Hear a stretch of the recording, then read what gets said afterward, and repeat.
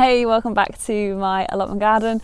We're nearing the end of June now, 2021, and well, the month has absolutely flown by. I think because I've had so many jobs to get out and do, now that the weather has finally warmed up. You know, we've had such a really cold, wet spring this year that a lot of crops have been really slow to get going, which means June's been a real rush to get everything planted out and soaked and in the ground before summer arrives. So the plot is looking very different this month. You know, everything's just really grown.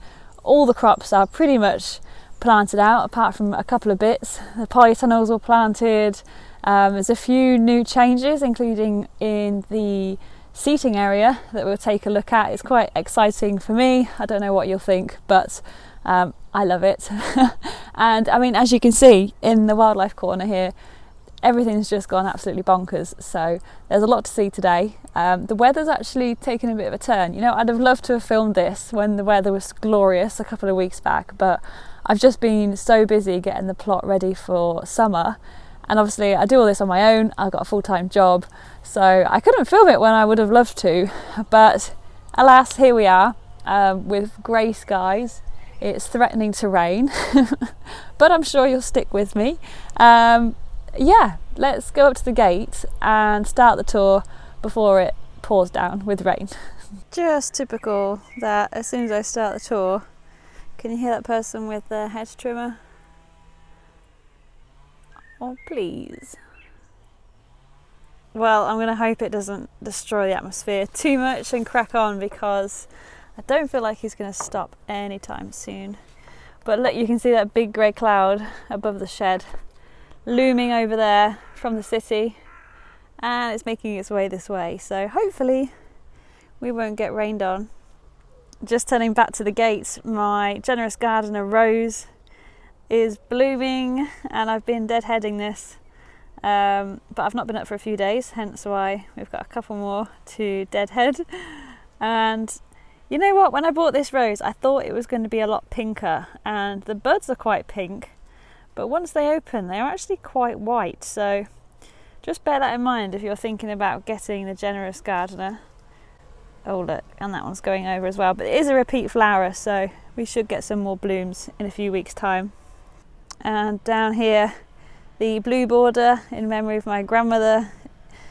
Well, the forget-me-nots have all gone over now, and it's time for the hardy geraniums to shine, with lots of other blooms winding their way through there, as well as some bindweed that I can also see. It's been such a nice thing to do, is to plant up this border. And look, can you see that there? My grandmother's peony from her own garden is now blooming on my allotment, and I can't quite believe it. I lifted it from her garden. I wasn't sure if it would bloom, and look at it, it's stunning, absolutely beautiful. I had no idea what sort of colour it'd be either, and I was kind of hoping it wouldn't be too vibrant, and well, look at that. I mean, Grandma, you had great taste. And also in this border, the rose that I planted in her memory, called Mary Rose, is full of buds, and they're about to bloom, and they're a much deeper shade of pink. Really excited to see these come up, and they're doing so well considering I planted them, was it late February or March time? Not that long ago. We've also got delphiniums and some of the apricot foxgloves coming in this border. There you are, the forget-me-nots just going over. And the jasmine is winding its way up the tree, and you can see we've got lots of new growth coming on that, and hopefully it'll flower for us late summer. There's also some love in a mist blooming, and the seed pods of love in a mist, I just absolutely love them. And if I carry on further down, I've got 3 dahlias there in pots that I haven't yet planted. They were to go in that border, but I'm not sure if I'm going to have room, so I may have to either buy some pots to put them in or think about where they're going to go. I've got a few too many dahlias right now. In this bed here I've got 3 rows of parsnips that are only just coming up, and lots of weeds. It's quite weedy, the plot at the moment. I mean, people say, oh, you've got such a tidy plot, but I mean, it may look like I do, but I mean, look, I really don't. Really don't. There are weeds everywhere. So don't be fooled, especially in the strawberry beds, which we'll get to. I mean, well, there, look, bindweed, oh, everywhere.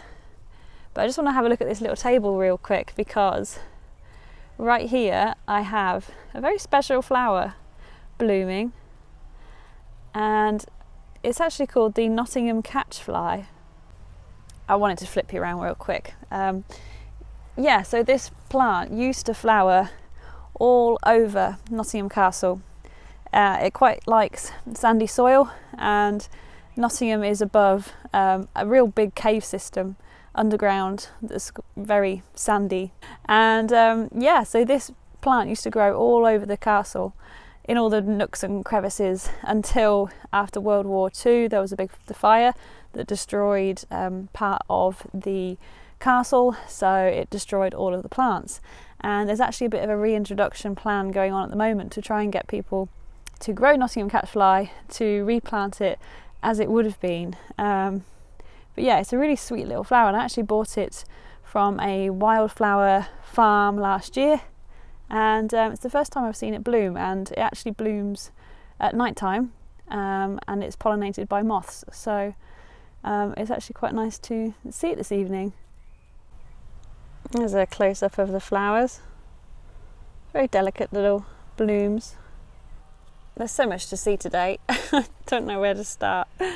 Okay, my blueberry bush, I've not checked in on this for a little while, but it looks like we've got early signs of berries forming, which is brilliant. And behind the strawberry cages, well, my strawberries are really late this year. I don't know, how are your strawberries doing? I'd normally be harvesting them, you know, the first couple of weeks of June, definitely by mid-June.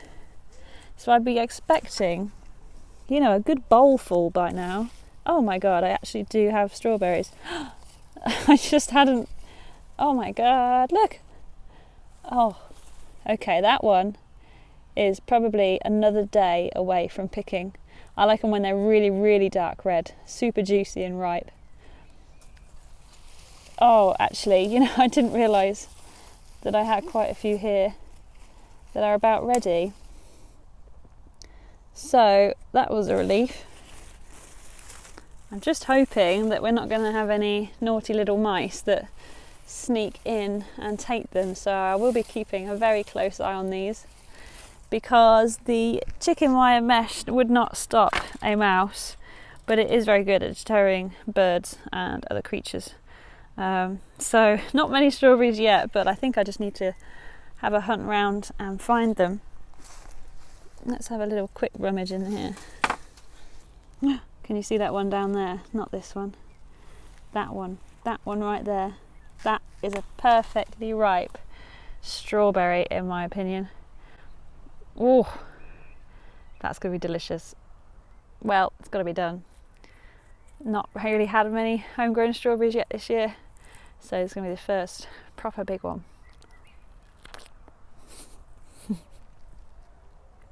Mm-hmm.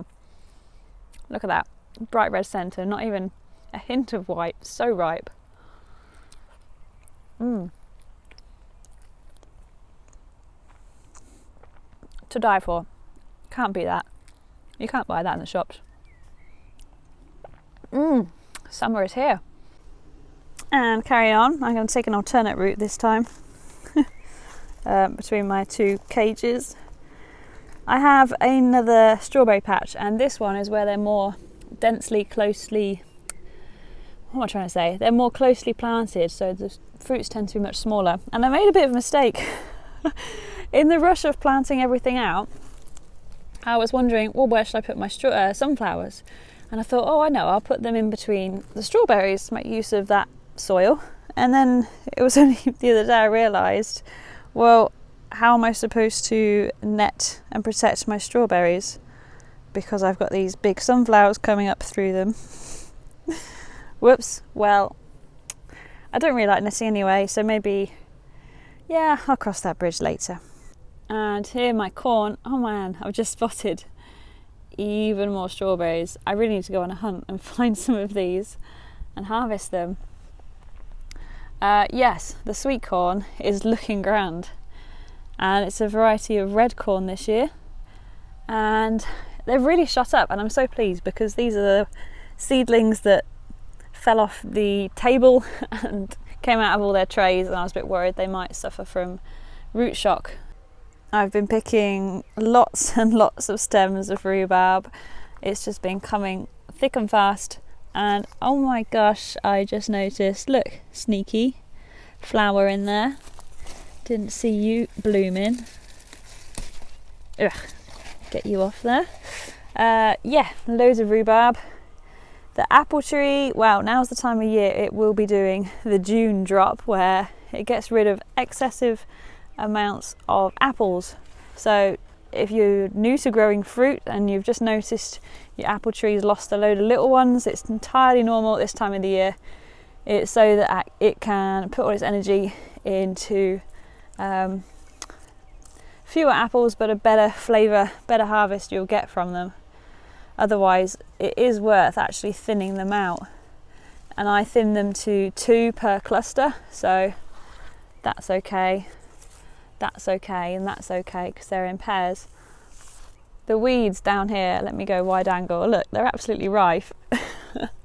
It's gone a little bit wild. We've got lots of sticky weed, some thistles, lots of grasses that have just self-seeded everywhere.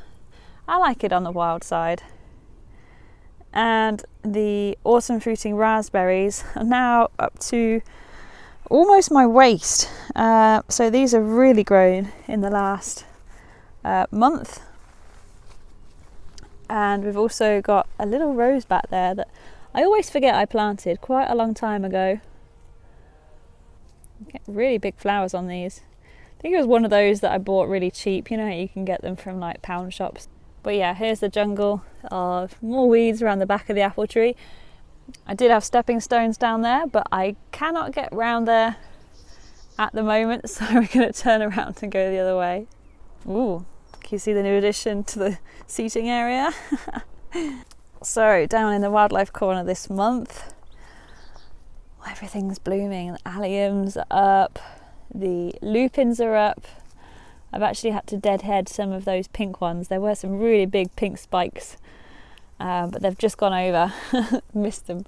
But this one at the back is absolutely huge. I've never had so many blooms on one plant before. My bird bath needs cleaning out and refilling.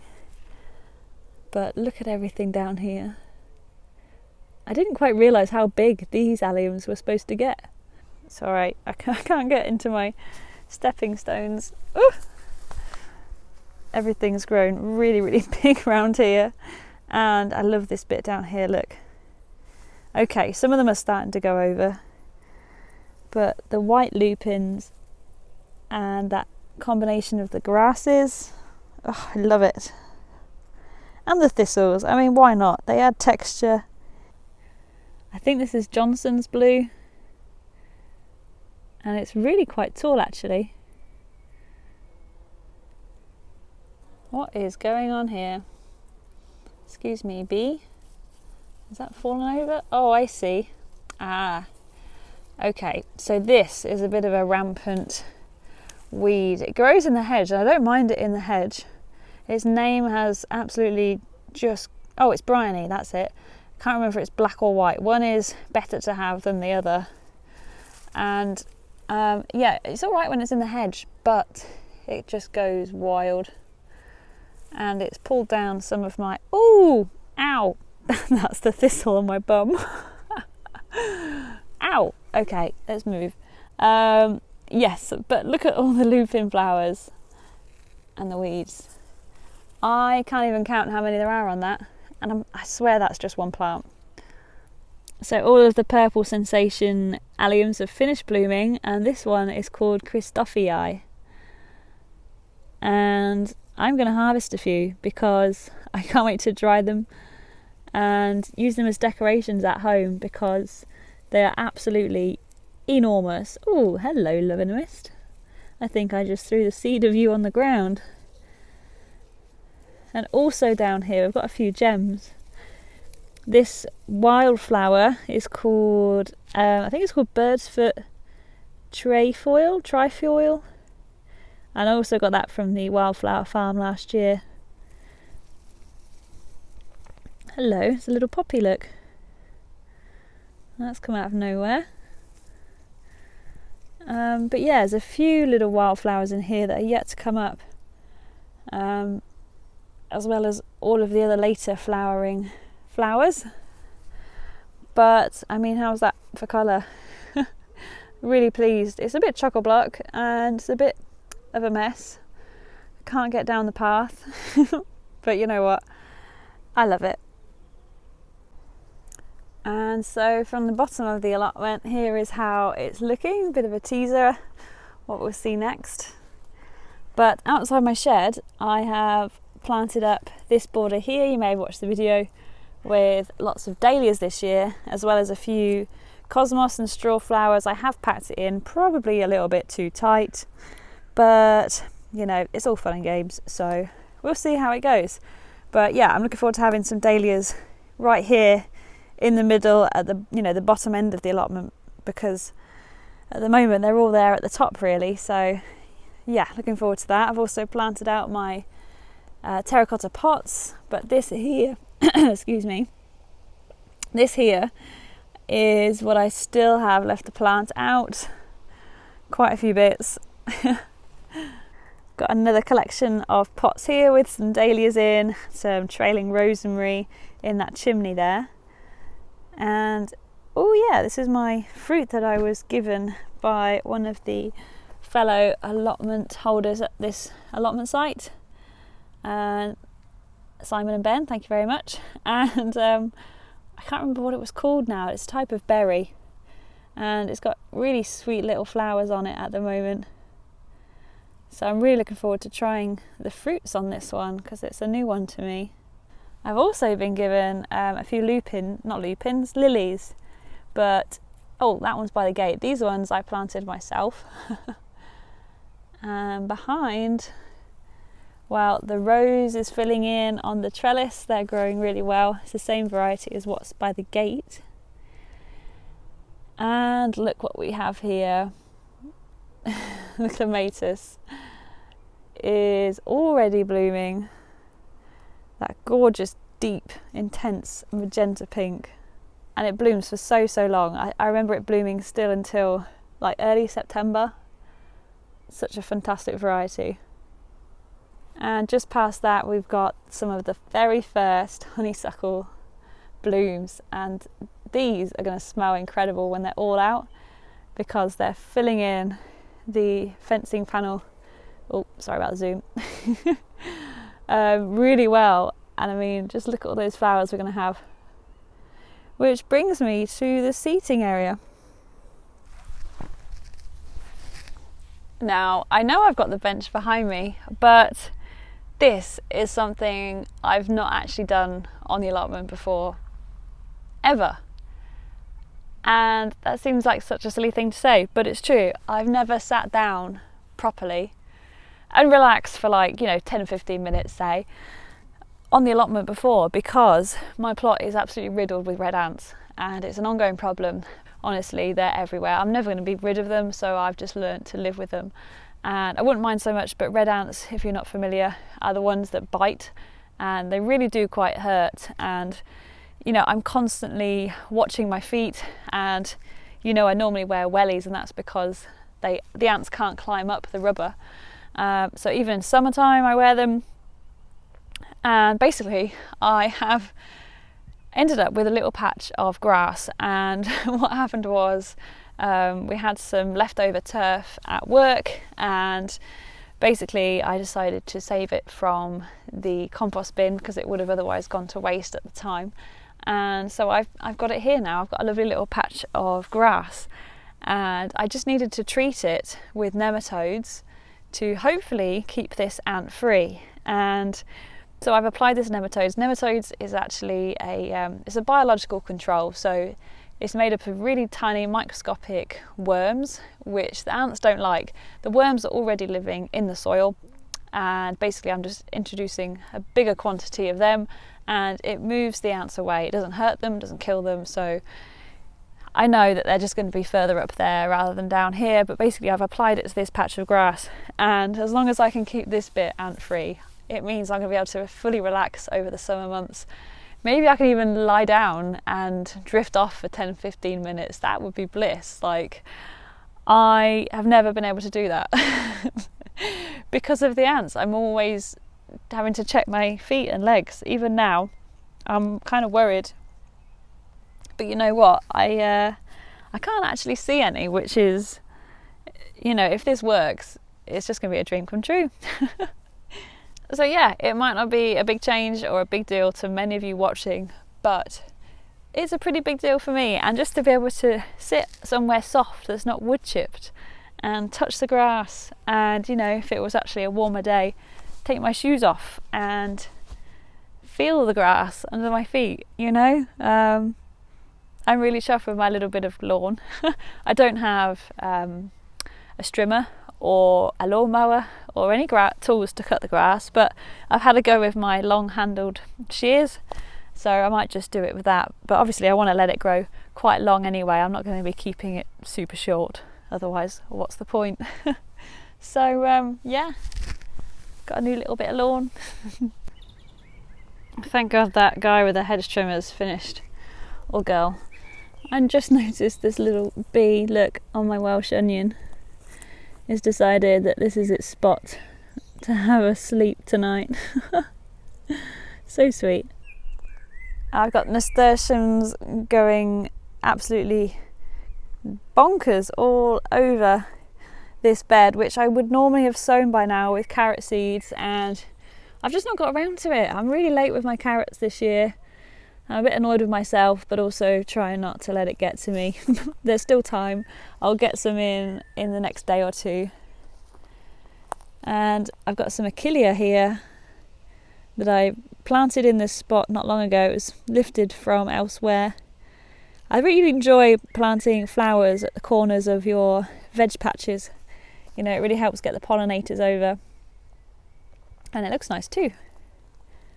So this bed here has got all of my squash in. I've got a few different varieties in here, including Turk's Turban, Queensland Blue, the Uchi Curry, and I've also got cucumbers growing up this little fence trellis that I'm making for this year. So the cucumbers are right at that back edge. And up here we've got a little trellis or wigwam teepee with my peas. This is the Rosa Corone pea. I really enjoyed this one last year, which is why I'm growing it again. And they grow in an unusual way. They make like this crown shape of blooms and then all stem outwards. And on the other side I have some fennel that I've planted in this corner that I don't actually eat. I don't really like that aniseedy flavour. But I know that insects love fennel, and there have been a lot of crickets and ladybirds enjoying it, so I've enjoyed watching them. And it looks quite pretty as well. Behind that there's one courgette plant there, and another one further back over there. Look, there's a beetroot going to seed from last year's plant there, which I'm going to collect the seed from. But these ones here, I should probably take these fruits off to encourage more growth of the plant and more fruits inevitably. Oh, hello. I'm not sure if that was broken or if I had a hungry visitor. And next to it we've got this giant. Do you know what it is? It's a parsnip that I've let go to seed. So I grew this last year. Gosh, look at it in that light. It's so yellow and it's so architectural, it's massive. This one behind it is probably about 6 foot. And the pollinators have loved it. I'm growing it to collect the seed, so I've got really fresh seed for next year, because the best type of parsnip seeds are the freshest ones you can get. Open pollinated, obviously, if you're growing your own. because they're quite tricky to germinate. You really want fresh seed because it doesn't store for very long. But it's worth growing just for the flowers. I mean, look at that. That would look great in a cut flower border or at the back of any border. So I might just let this happen every year. Behind there are all my potato plants, doing okay in their tubs. It's been quite tricky to keep them well watered this month, but I can see this. Is that flowering? It's about to flower, signs of flowering. And over here we've got some flowering as well. So another couple of weeks and I'll be checking in on the second earlies, my shallots. And these ones here should be about ready because these were the earlies that I planted. So I might do a potato reveal very soon. And up this side we've got peas, beans, not beans, and broad beans. So it's a bit of a legume bed. Loads and loads. Oh my god, look at all those broad beans. Lots of broad beans ready for picking. Trellis structure support, excuse all the compost bags at the back. Basically I sowed a load of saved seed on that left side and I've only had a couple of them come up, and has that been eaten by a slug? Oh come on. And I've actually already sown a lot of beetroot in this middle section so the space doesn't go to waste. And over there we've got more beans, and that is a really big one called Greek Gigante, I think it's called. So I actually need to get some strings on the support so that they can climb their way up because they need it now. They're at least a foot high. Just noticed we've also got more peas. I love fresh peas. Come here, come here. Oh, this is the best thing about allotment life. It's just harvesting your food straight off the plant, even if it puts up a bit of a fight. Urgh. On these teepees here, we've got a purple podded variety called, oh, it's a snap pea, Sugar Magnolia.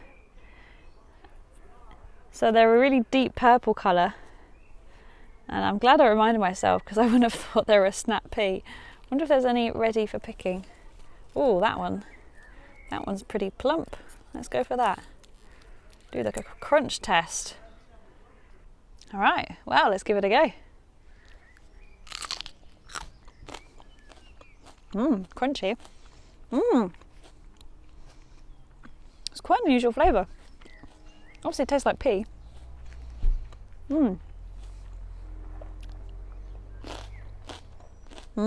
Really juicy. Good. And down at the garlic bed, well, it isn't all good news, unfortunately. They may look great, but they're hiding a bit of a problem.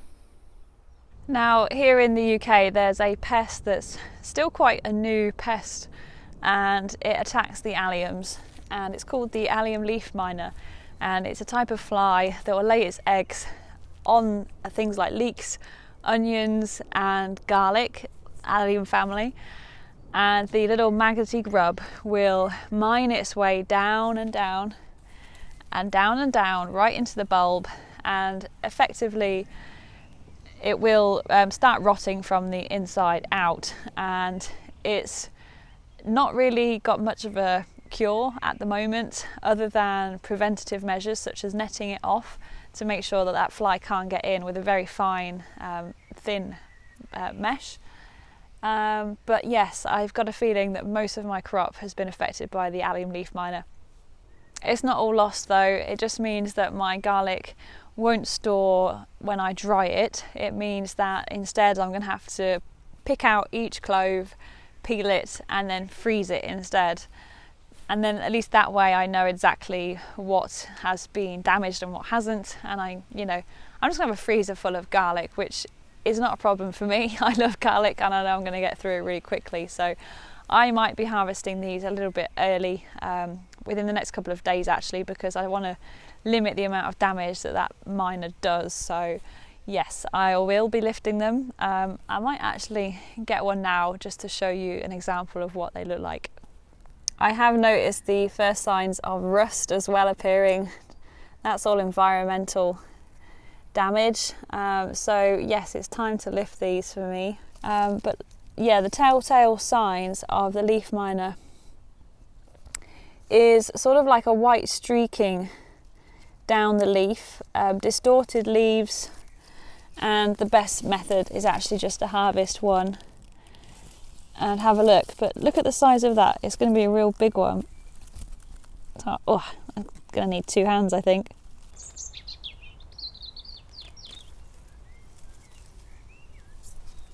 Now, how about that for size? It's a really, really big clove. But can you see these layers have actually started to peel away, and it's almost as if it's burst because of the wet weather. But what we're looking for, I can already see. If you just take back a couple of layers, and can you see right there that little tiny orange grub?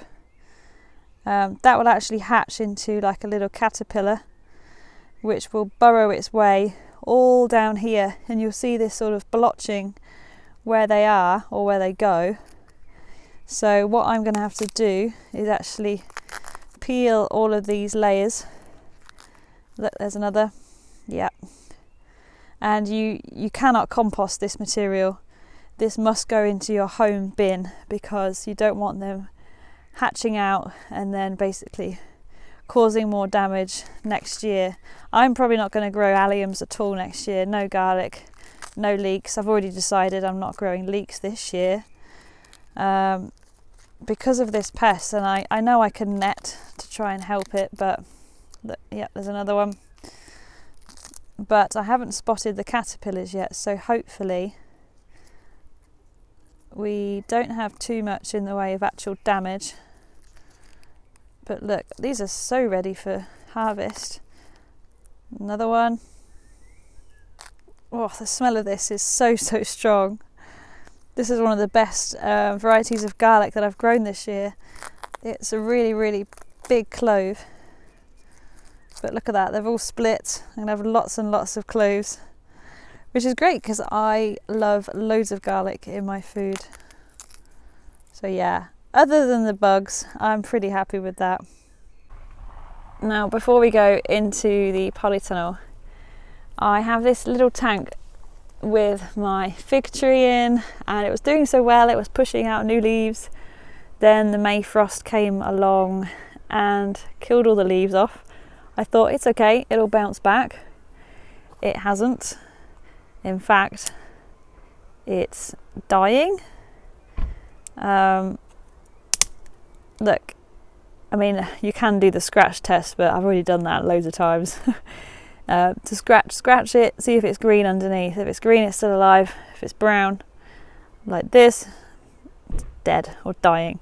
So, you know, what I've done is followed it back, and if I go down the stem, look, it's not fully dead. So it's actually got these shoots down here. So what I can do is top the plant right here, just above that join there, and stop the dead from travelling down. And I'm not sure how it's going to work. I don't know if this sort of miniature standard would have been grafted or not, but we will find out what will happen with my little fig. All of the tomatoes are planted. We've got lots of chilies there in the middle. My little potting bench at the end with a few little treats that I like to play with. But yeah, we've got a whole mix of tomatoes in here this year, lots of different varieties. One that I'm particularly looking forward to is, I think it was called a Russian variety, called, yeah, that's what it's called, Mushvich, I can't remember. It's a Russian variety, so even if we have a really cold summer, it's supposed to still do really well in cold temperatures. So that's what I'm looking forward to. I've also got a sun gold and an aurora, which is this one here, radio, which is a vintage variety, and also Galena again, which is the potato leaf one. Also down here we've got all of the chilies, so This is one that I bought as a little plug plant because I forgot to sow my Scotch bonnets, and it's got lots of little blooms on, probably because I stressed them out by keeping them in their small pots for too long probably. But I've lost a few labels. It's been one of those years. I don't know how you're all feeling about this gardening year. How's yours going? Capilla pepper. So I've still got a few sweet peppers, but remember I did lose quite a few of my plants due to some bad compost. So yeah, not the full supply of chilies that I'd usually have. This is an interesting one. I think this is my black Hungarian, and it's got really nice flowers. Look at that. And I've already got a few chilies coming. My lemon tree looks like it might actually, where is it? I spotted some what looked like little buds the other day. Those dark spots anyway. Are those buds? They look like buds. And on my table we've got some little brachycum, those blue flowers for Grandma's border. A variegated chili, I love this one. Pelargonium, this is the peppermint scented one. Love that smell. So fresh. And I've got another little fig here, and I'm so glad I've got this. It was a gift from plot neighbour Zoran. You may remember I looked after his greenhouse one year. He gave me it, and now it's like my backup fig because the other one is dying. So yeah, that one lives in here now. So that's about it for the polytunnel. So here we are, as always, at the top of the plot, at the end of June 2021. The grey sky is still looming over there, but we survived. There was no rain. Well, it's time for me to love you and leave you. My battery actually just died and I had to nip to the car to charge it and come back again just to say goodbye to you. So yes, I think I'm actually going to pick a few flowers on my way out because I really want to get some of those alliums home. And yeah, another month to look forward to. I can't believe we're almost going into July, and we'll have lots more crops harvesting. And yeah, I'd love to hear from you. How's your year going, your gardening year? Let me know what's going well. And how's your garlic? Have you got the allium leaf miner as well? I don't think I'm alone in struggling with it. Yeah, so thank you very much for watching. Take care. I'll see you again real soon. And in the meantime, please let me know what sort of videos you'd like to see from me over the summer months. I'll try and fit them in, but I want to fit in a few more other than just tours. What would you like to see? See you soon. Bye bye.